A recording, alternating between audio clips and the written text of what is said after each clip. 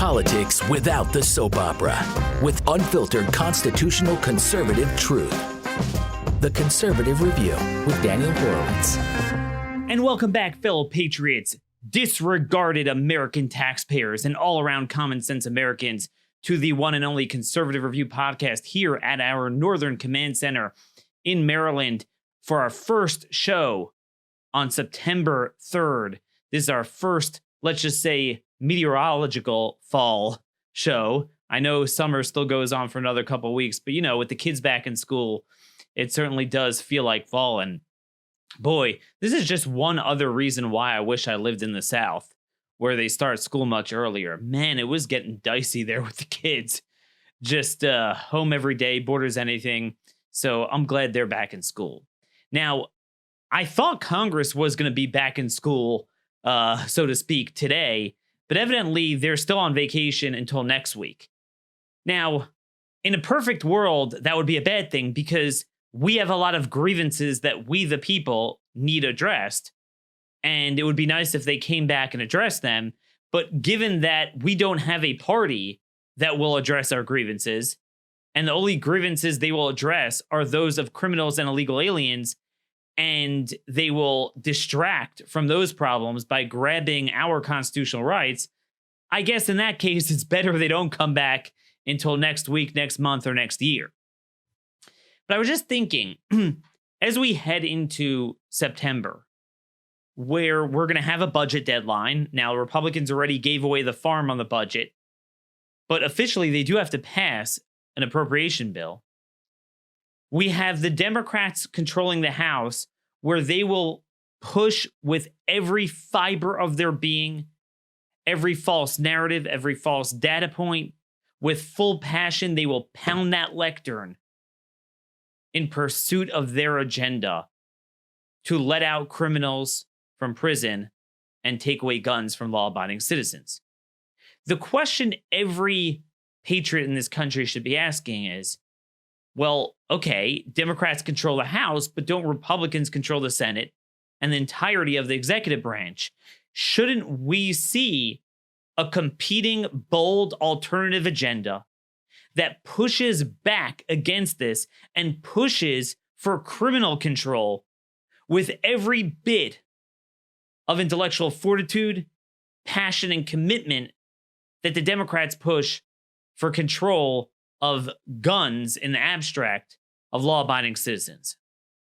But instead, what we find is that rather than Republicans taking the numerous opportunities we see in the news cycle, there are so many news items with illegal aliens, with criminals being let go, with the violence in Chicago, with assaults on now a USCIS office in addition to an ICE office, where we are seeing time and again the predominant murder and violence problem in this country are from known criminals committed not with rifles, but with handguns, common handguns that aren't even extended magazines, knives and fists, that prove the need to lock up more gun felons while empowering lawful, peaceful Americans to carry across state lines. We have Jews being beaten up in New York City left and right, and they can't carry weapons there. Yet we don't see Republicans taking advantage of this. I want to start out today with the point that I saw an article in a local South Dakota papers passed around on the internet, how the Democrat Party in South Dakota is closing up shop. They no longer will have a physical office because they can't afford it, because there are financial problems, and they're actually going to just have a couple of workers work remotely without an office. The entire state Democrat Party, not just a county party, but the entire state of South Dakota. And a lot of people on our side or Republicans are laughing at them. You see, Democrats are totally erased from the map in South Dakota.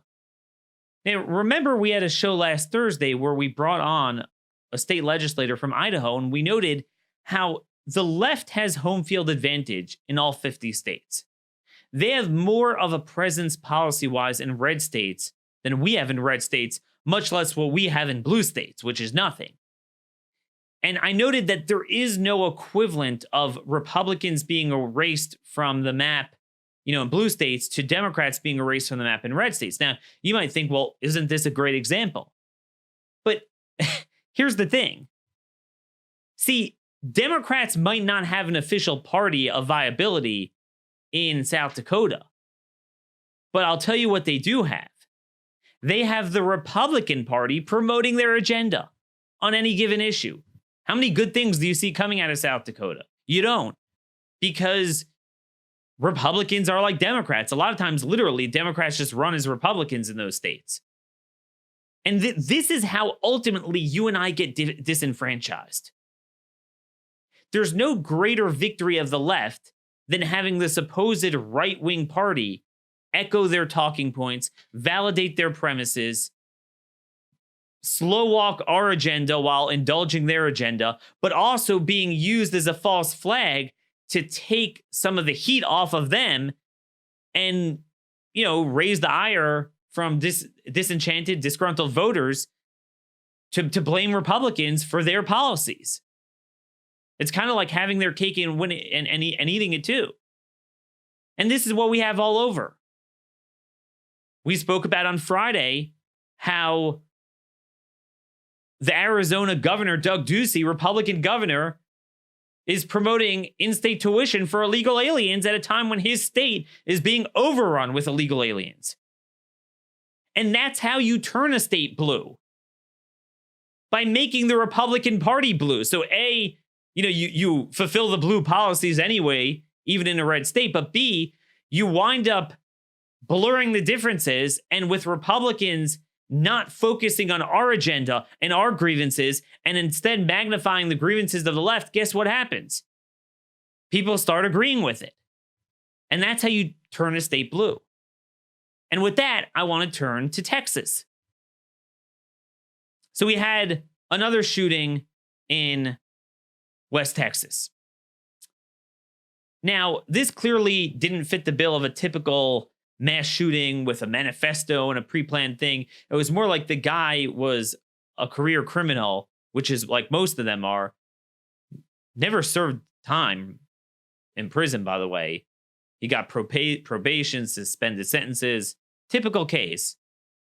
And he was more running away from law enforcement than trying to plan a mass murder. So really, in my view, this should go in the bucket of the 99.999% of homicides that take place at the hands of random, not random, but known convicted criminals, repeat offenders. But they want to treat this like another mass shooting. So fine. We have out today an article, a very important article, with 7 ideas to promote criminal control rather than gun control, and actually accentuate this point by pinning the tail of blame on the donkey. Okay? Blaming the Democrats for letting out gun felons and all sorts of violent criminals while then trying to take away our God-given rights. Now, you would expect the great governor, what's his name?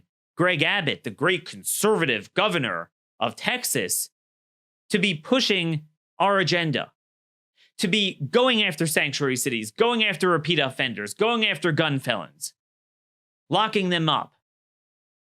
Instead, he's like, we got to do something about guns, white supremacism, and then, this is just over the weekend.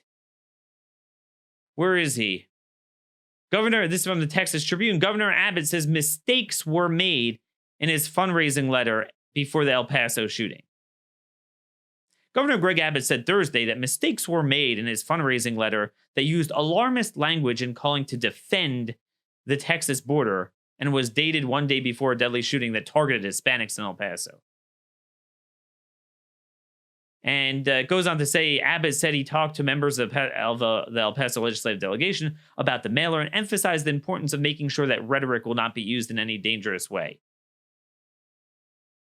We will make sure that we work collaboratively in unification. And to me, this is just a perfect example. Greg Abbott sends out a fundraiser basically saying we have an invasion at our border. Well, who is he trying to target with that fundraiser? People like you and me in this audience, conservatives. So he uses our rhetoric. But then when it comes to actual policy, it's like, oh yeah, we're going to be careful about our rhetoric. Are you kidding me? We have spent a full month now explaining case after case after case of murder, MS-13, rape, sex offenses, child sex molestation, particularly in Texas, at the hands of illegal aliens that most often harm Hispanics more than anyone else. But again, when you back down and you agree with the premise of the other side, however tepid it is, you are validating and empowering that side. Where is Greg Abbott pushing our 7-point plan? Now, what do we start out with our 7-point plan? Let's go through all of this. Let's go through this one by one. Now, I first want to note that Republicans have the perfect jujitsu, the perfect example for which to push back and say this fundamentally is about criminal control, not gun control. Next week, the House Judiciary Committee is marking up legislation to stiffen gun laws on those convicted of hate crimes and to ban extended magazine capacity guns. Where the hell are Senate Republicans who control the Senate Judiciary Committee proposing bill after bill to toughen sentences on convicted gun felons?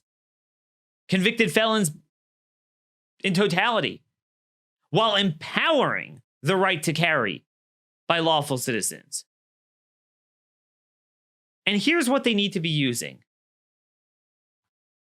Everyone by now heard of the shooter in West Texas, Odessa, Midland, who wound up killing 7 people, injuring about 21. Just over the Labor Day weekend in Chicago, 43 people were shot, 8 fatally, including one who was killed in a knifing attack. At least 43 people. Okay? And, I will guarantee you that most likely all the victims were Black or Hispanic. And no one's talking about this. No one's talking about this at all. One after another, and this is from the Chicago Tribune here. 3 others, a woman and 2 men, were also wounded in the shooting. And they go one after another into each thing.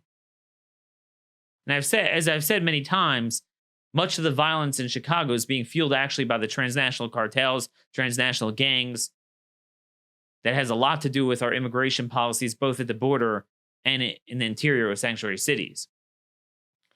But again, I can guarantee you, almost all of the perpetrators are Black or Hispanic, as well as the victims. This is not about white supremacism. Almost all, if not all, of the murders were done with simple handguns that probably didn't even have extended magazines, as well as knives. And I can guarantee you that almost all of them are repeat offenders. And the point is, unlike these random mass shootings, where often they're first-timers, but they account for 0.001% of the homicides over the past 50 years, these are so avoidable. And there's no reason we shouldn't focus on this. This is not over the course of a month. This is one weekend. More casualties than in this mass shooting that everyone's talking about. But what do we get from Mitch McConnell? What do we get? This is from thehill.com. McConnell vows to give gun bill a vote if it is backed by Trump. Senate Majority Leader Mitch McConnell on Tuesday stressed that President Trump's support is the key to a gun reform bill coming to the Senate floor in the wake of mass shootings. Again, validating their small slice of reality that they want to focus on, their messaging, their solution, their premise. He had a radio interview with Hugh Hewitt, and he said, It's up to Trump. I expect to get an answer to that next week. If the president is in favor of a number of things that has been discussed openly and publicly, I know that if we pass it, it'll become law. I'll put it on the floor. And like McConnell goes on to sound like he's like a commentator, not the leader of Senate Republicans. I said several weeks ago that if the president took a position on a bill so that we would actually be making law and not just having serial votes, I'd be happy to put it on the floor. And he said the key to this is honesty in making law, not to make a point. The way you make a right law now is to pass the House. It gets 60 votes in the Senate. What are you, a parliamentarian or something? You're supposed to be the leader of the Senate Republicans. I mean, why don't we see from Mitch McConnell the same passion to jujitsu gun control and to criminal control, hit Democrats for taking away guns from citizens while letting gun felons out of jail, and say he's like, yeah, whatever they want to bring up, it passes the House. We'll pass it in the Senate, it gets 60 votes. What the hell are you talking about, Mitch? It's like any piece of garbage the House passes, if the president supports it, I support it. No! What do you believe in? What's your passion? What are your principles?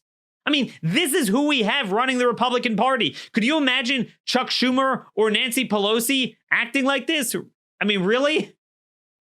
Yeah, take 60 votes, you got some cloture votes here. Man, this guy's a Teletubby. The epitome of a Teletubby. A sane Republican Party would get up before the American people and make the simple observation. Gun ownership in this country doubled since the early 90s. Over that same period of time, the broad homicides, the broad violent crime dropped by 60%. Why? Because we had criminal control. We took the violent felons, including gun felons, off the streets. At the same time, empowering Americans. It's a crisscross. Gun ownership and right to carry went up. Crime plummeted. I'm not saying necessarily that the fact that people own guns resulted in less crime, but I'm saying you certainly can't say that that's a culprit. Now, what mainly did it, in my view, is what's often forgotten. Reagan defeated the Soviet Union. Everyone knows that.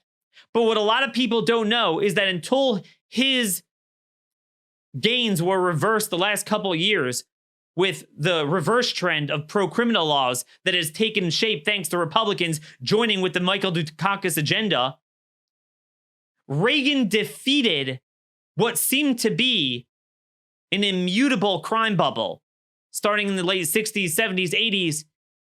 It didn't bear fruit until after he was done because it takes a while to take people off the streets. But it really began in 1987 when the Armed Career Criminal Act was passed that created stiff sentencing. It was particularly for gun felons. You would always talk about, oh, I want to be tough on gun crimes. You know who the toughest person was? Ronald Reagan. That's the blueprint that people like Mitch McConnell, Donald Trump, Kevin McCarthy, Republican leaders, Fox News pundits should be pushing. Instead, they're signing on to uprooting the law. Oh, no, we need to get rid of these mandatories. At a time when the courts are screwing with it and basically gutted the entire Armed Career Criminal Act. What Republicans should do is increase mandatory sentencing for gun felons. Okay? It's very simple. Take violent people off the streets. Very simple. See, there's something called jujitsu. Those of you who have taken jujitsu are familiar with it, where you use your opponent's energy against him, meaning not only does he not score on it, but you actually use it against him. I would take the energy. Hey, Democrats, hey, come at me. You want to discuss gun violence? Let's discuss it. Let's discuss all of the gun felons that you have let out on the streets, and let's lock them up.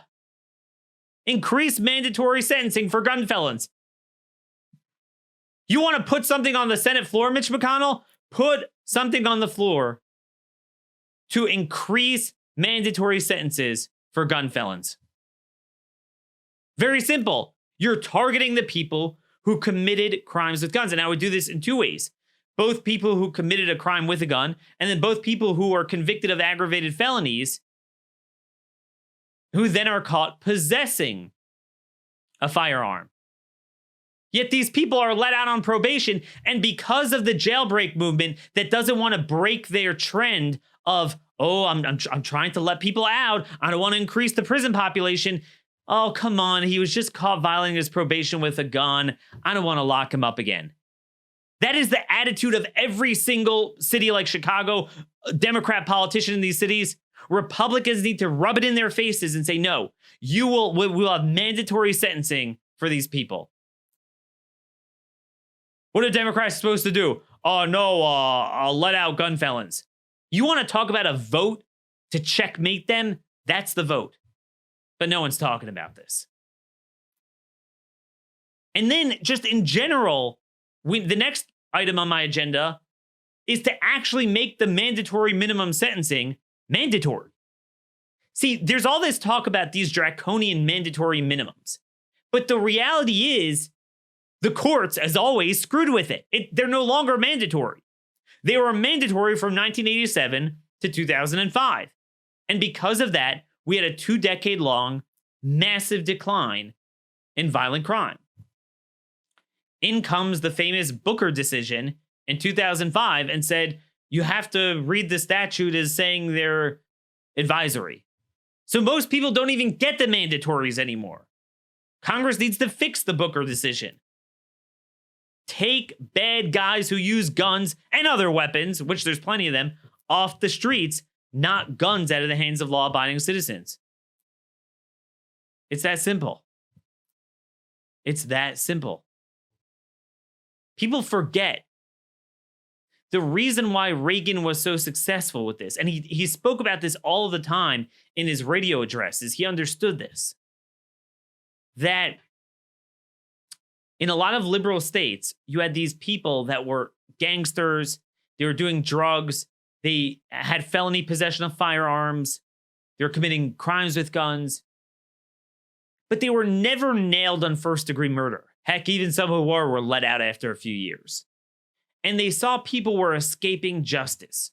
So, again, ideally, this needs to be done at a local level.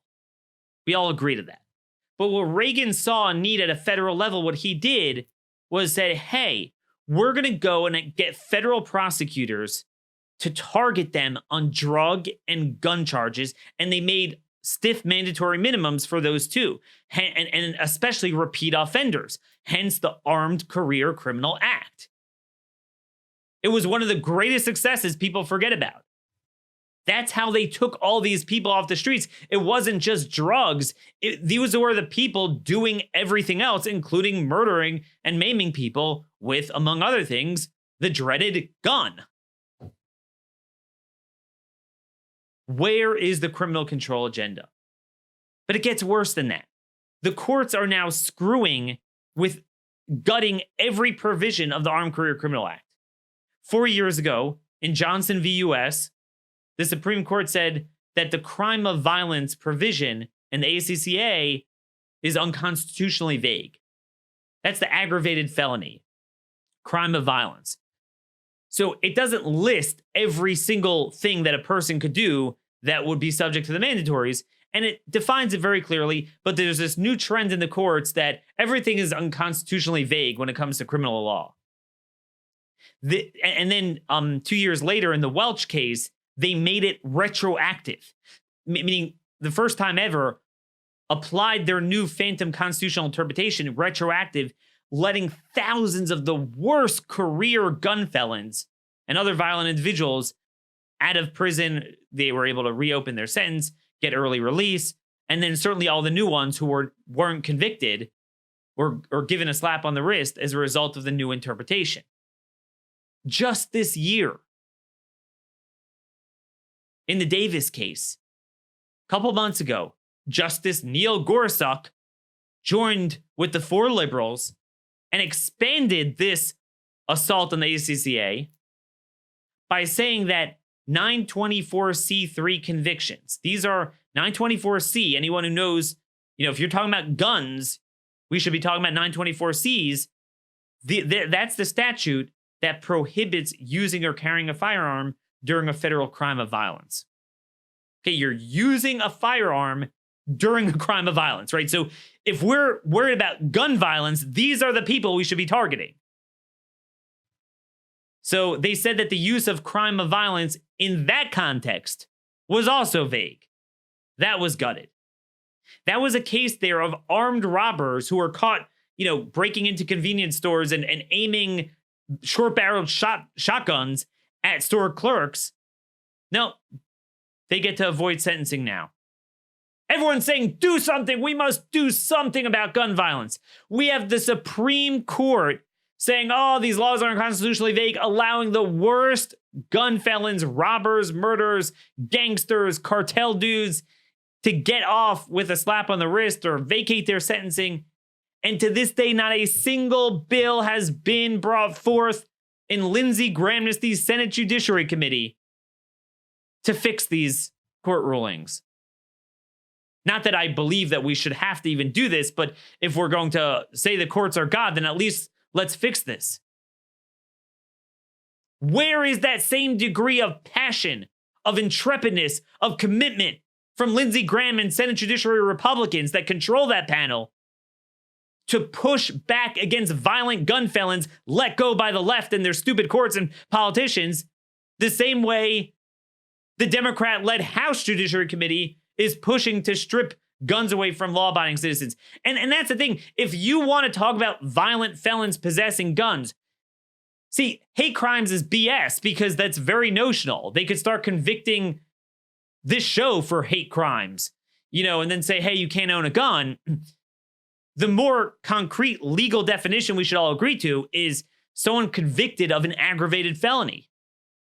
I think we should go after those guys. If you're convicted of an aggravated felony and then you're caught with possession of guns, let's have a 20-year mandatory minimum on the guy. You want to deter that? Let's shake on it right here, right now. You want to do something about gun violence? Well, we have solutions in spades here. Republicans won't push them.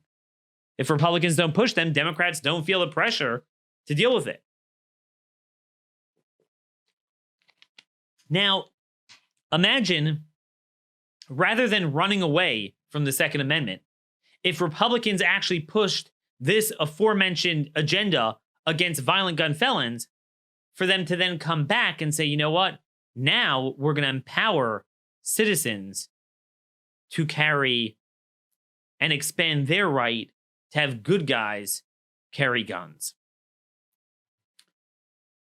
Even under the liberal mindset of gun control, okay, even under the liberal mindset, their view that somehow you could create phantom laws that would stop this, when we see none of them would, because either they all passed background checks or they failed it and got it anyway on the black market. So there's never any new law that would somehow prevent it, especially when they're the ones who don't want to enforce the existing ones. But no logical person could say that once you have the guns, that anti-carry laws are effective. Because there's one thing if you say, I could prevent a guy from getting a gun. But once he has it, the notion that you're going to say, you can't carry, and a guy who's about to commit a mass murder is going to be like, I want to murder 50 people, but I don't know how to get my gun from my house to the venue because the law says I can't carry. No one in their right mind could say that that's going to deter him. Of course, he's going to carry. All it deters is the other people who might, God forbid, be at that mass shooting, who could potentially take out their weapon and counter the guy. They're going to be like, look, I really have a right to carry, but I'm too scared to do it. I have said this before, and I'm a states' rights guy, but there are certain things a state cannot do. The federal government was created to protect our liberties when states either are inherently incapable, like with a foreign invasion, hence border and a military and things like that, or where states refuse and actually violate unalienable rights. That's when the feds have a need to step in, like they did with Jim Crow. And it's the same thing here. A state cannot violate these rights. The state of Maryland cannot tell me that I cannot carry any capacity of any firearm anywhere. They can't do that. It says shall not be infringed. The right to self-defense predates the Constitution, and it's inherent in the right to life, liberty, and property. Sam Adams, one of the greatest founders, he said, quote, among the natural rights of the colonists are these: first, a right to life; second, to liberty; and thirdly, to property, together with the right to defend them in the best manner they can. Because if you can't defend them, then what's the point in having it? Judge Timothy Farrar, he wrote the first and most respected post-14th Amendment constitutional treatise, seamlessly listed the right to bear arms among the most unalienable rights that a state cannot take away. You know, everything's in the 14th Amendment, right? States can't do anything, photo ID, prevent illegals from stealing our right. Everything's in the 14th Amendment. Gay marriage, mandatory sex change operations, everything's there, except for what's actually there. He said, by the way, Timothy Farrar was a law partner of Daniel Webster. And here's what he wrote. It came out a year after the 14th Amendment was ratified. The states are recognized as governments and, when their own constitutions permit, may do as they please, provided they do not interfere with the Constitution and laws of the United States or with the civil or natural rights of the people recognized thereby and held in conformity to them. What are some of those rights? He enumerates them. The right of every person to life, liberty, and property, to keep and bear arms, the writ of habeas corpus, trial by jury, and so on. So I believe that the federal government has the power to mandate that, just like with driver's licenses, you must recognize someone's license from another state. And I believe that could even supplant an anti-carry law. So in other words, certainly that Floridians, I'm just picking a state, who come to Maryland should be able to carry. But I think even people like me in Maryland who can carry, I should be able to get a Florida a carry license, and I should then be able to use it in Maryland. Why do I say that? Republicans have the perfect opportunity to jujitsu the left's agenda with guns, anti-carry, and white supremacism.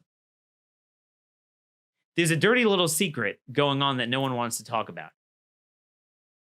And it's time we talk about it. In New York, this is particularly, looks like in Brooklyn and some of these neighborhoods, one's Crown Heights, where there's been a whole history behind that.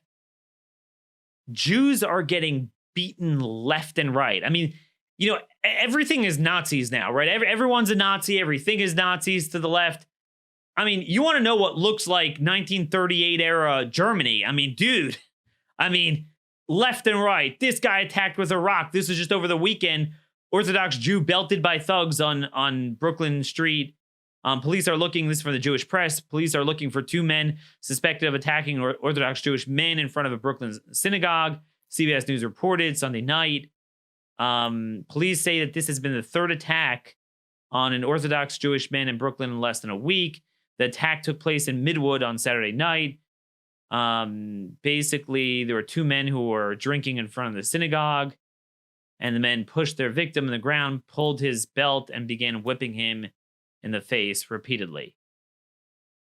When the medical team arrived, the man's face and head were full of cuts and bruises. Now, you might think these guys are looking for petty cash. But no, according to a tweet by former New York State Assemblyman Dov Hikind, a young Jewish man was called a blanken Jew and then belted over the head with a metal belt buckle. So that's what he is reporting. Yeah. The media doesn't want to talk about this because this doesn't even involve guns, but they could wreak havoc with belts, rocks, fists. You can't carry a gun in New York. So these people are left helpless. This is a group of very kind of, cloistered. It's a sect of Orthodox Jews, a Hasidim. They kind of keep to themselves, not the type of people that are going to be trained in, martial arts, that type of thing. Easy target.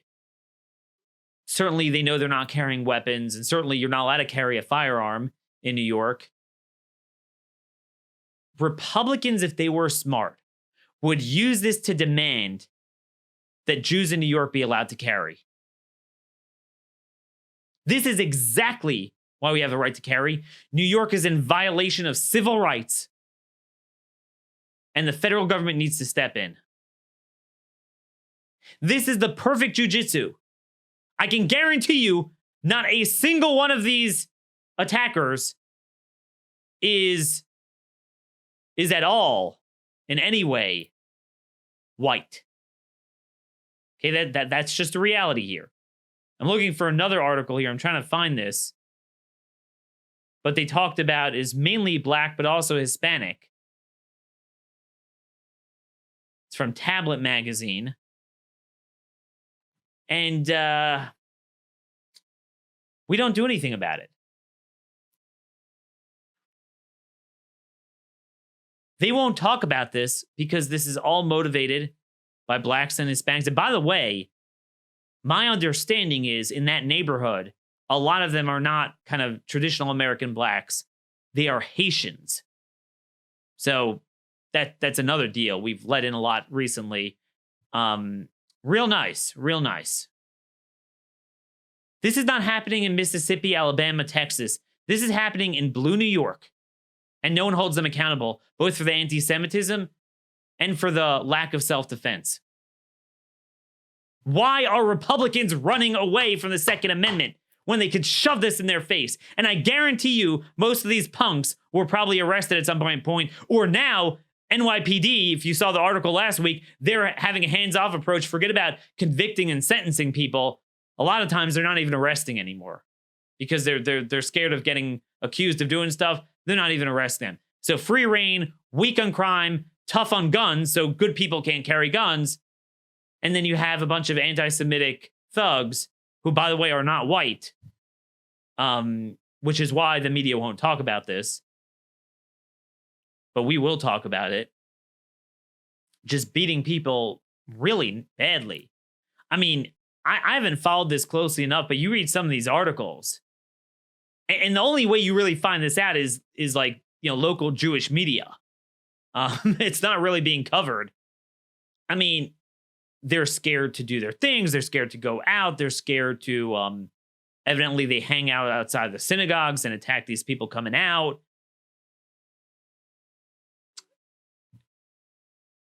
Is it that hard for Republicans to have a counter agenda?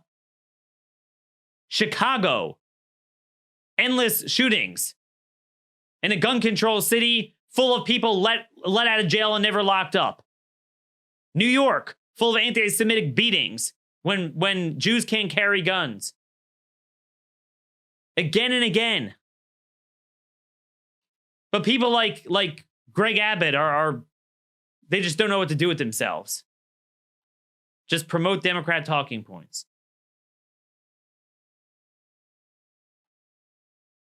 And then there's the open violence. There's Antifa. Where's the Republican hearings on the attacks on ICE? Over the weekend, it got buried in the news. Woman charged in Florida after throwing Molotov cocktail into Citizenship Agency office. This is ABC 7 News. A woman tossed a lit Molotov cocktail into the lobby of a USCIS office in Oakland Park, Florida. No one was reported injured, according to a report of the incident. The woman walked into the office Friday afternoon and hurled a bottle filled with gasoline and lit a fuse. Luckily, the fuse disconnected and didn't light. But again, eventually someone's going to get killed. The left will milk what they perceive as an event legitimizing and validating their policy premises. Republicans will not push any of this. Any of this. It's unbelievable. Let me read to you this from a couple of weeks ago. Dory Munson from KIRO, conservative radio station in Seattle, good for them for doing this. 3 strikes offender on the run after twice given clemency by Inslee. A 3 strikes and you're out offender is likely on the run in the Puget Sound area. And basically he goes on to say that Washington State had a 3 strikes and you're out law, which we should all agree to, that felons who have been convicted of 2 serious violent offenses, such as murder, rape, or child molestation, must go to jail for life with no chance of parole upon the 3rd conviction. We should all agree to that. Everyone should agree a guy like that is irremediably broken. You're not going to rehabilitate that guy. It's not, give him a second chance. He had a second chance. It's not a low-level offense. And again, that if you do that swiftly, that's how you deter more of this. But basically, the clemency board, together with the governor, could pardon these people, even with that law, and they're just basically pardoning everyone. Tracy Hoggett, 59, had a long list of offenses: first-degree robbery, second-degree assault, second-degree theft, on and on. In January of 2017, Governor Inslee and the Clemency Board approved Hoggett's request for clemency. He wrote that Hoggett had taken steps to turn his life around and developed a strong sense of empathy. So he was granted clemency. 3 months later, he went to jail for violation of his release. And he was put back in prison. Guess what? This past Tuesday, but this is a couple of weeks ago, Inslee let Hoggett out on clemency for a second time, but with the condition that he go to a halfway house. However, he got off the bus in Seattle without going to the Kelso halfway house. And I don't know if anything has changed since then, but as of that, his writing, no one knew where he was. And this guy had a history of avoiding trial and running away, absconding. This is the story of our criminal justice system. Again and again and again and again. This is from Mogadishu, aka Minneapolis. Minneapolis man, this is Alpha News, Minnesota. Minneapolis man charged with sexual assault of 14-year-old he met online. A North Minneapolis man is accused of strangling and threatening to stab a 14-year-old girl and punching her in the face several times before sexually assaulting her in April, according to Hennepin County criminal complaint. The incident reportedly happened after 8 p.m., after the victim said she was picked up at a friend's house in South Minneapolis by a male she met online. The man, later identified as Abifeta Ali Khalif, 18, climbed into the back seat after the vehicle drove away and began pulling away the clothing of the girl. I'm not going to read. I mean, it's horrendous. The criminal complaint. She had serious injuries, all over herself, a fractured eye socket, as well as injuries from the assault, the sexual assault. And look, this guy evidently needed an interpreter in court. And I think he had a criminal record. So we didn't have time to get to the second half of the equation, but as we've been talking about ad nauseum for a month, the most avoidable crimes are what? Are the repeat offenders of other countries' criminals that we bring in through the legal system, illegally, sanctuaries. Where's the vetting? Where's the national discussion on this? And I could talk all day about these cases that we missed since we met last on Friday over the weekend. But it's again and again and again and again. No effort to have a national discussion. You know, we now know that there are at least seven arrested sex offenders, mainly child sex offenders, in Montgomery County, Maryland, one sanctuary county, this past month. Thanks to Kevin Lewis, terrific reporter from Montgomery County. He's reporting on all this, and he is actually getting a hold of the arrest records. I want you to see on the screen here, we have from his Twitter account if you look at the arrest records, he has more cases that he hasn't verified. But you look at the names, these are the names of those arrested for sexual assault. Look at them. What? More than half of them are Hispanic sounding names. That's insane.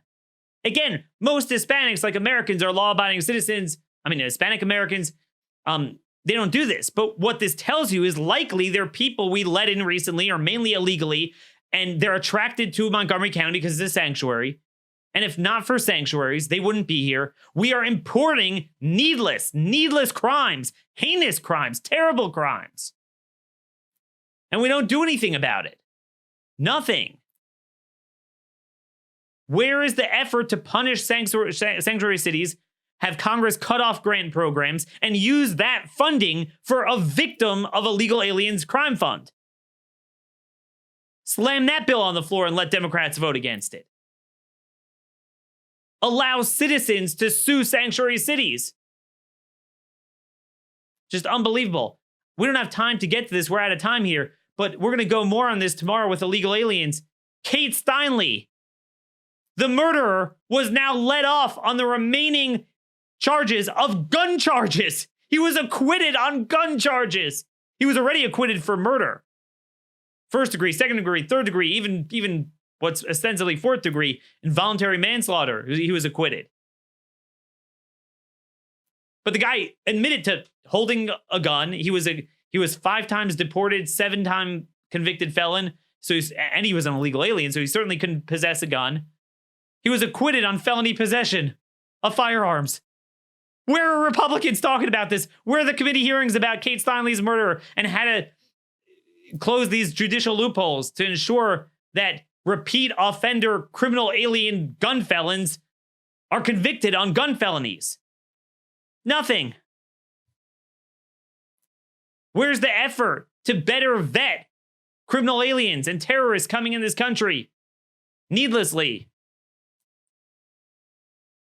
This Teletubby buffoon Greg Abbott in Texas is talking about the left's narrative when this guy will not talk about Billy Chemmer, the criminal alien who should have been deported with a criminal record, accused of smothering to death at least 19 senior citizens with nothing more than a pillow. And this guy has nothing to say about it. That's the Republican Party for you folks. Imagine if we had a Republican Party that had this much energy, passion, intellectual, and moral fortitude for their supposed party's platform, like the left and the Democrats did theirs. Tomorrow I'll be reporting to you from our Central Command Center. I'm going to be in DC, have a busy day there, doing a lot there. So you'll see a little different look behind me. We're trying to get an important guest, but I don't want to tease it yet in case it doesn't fall through.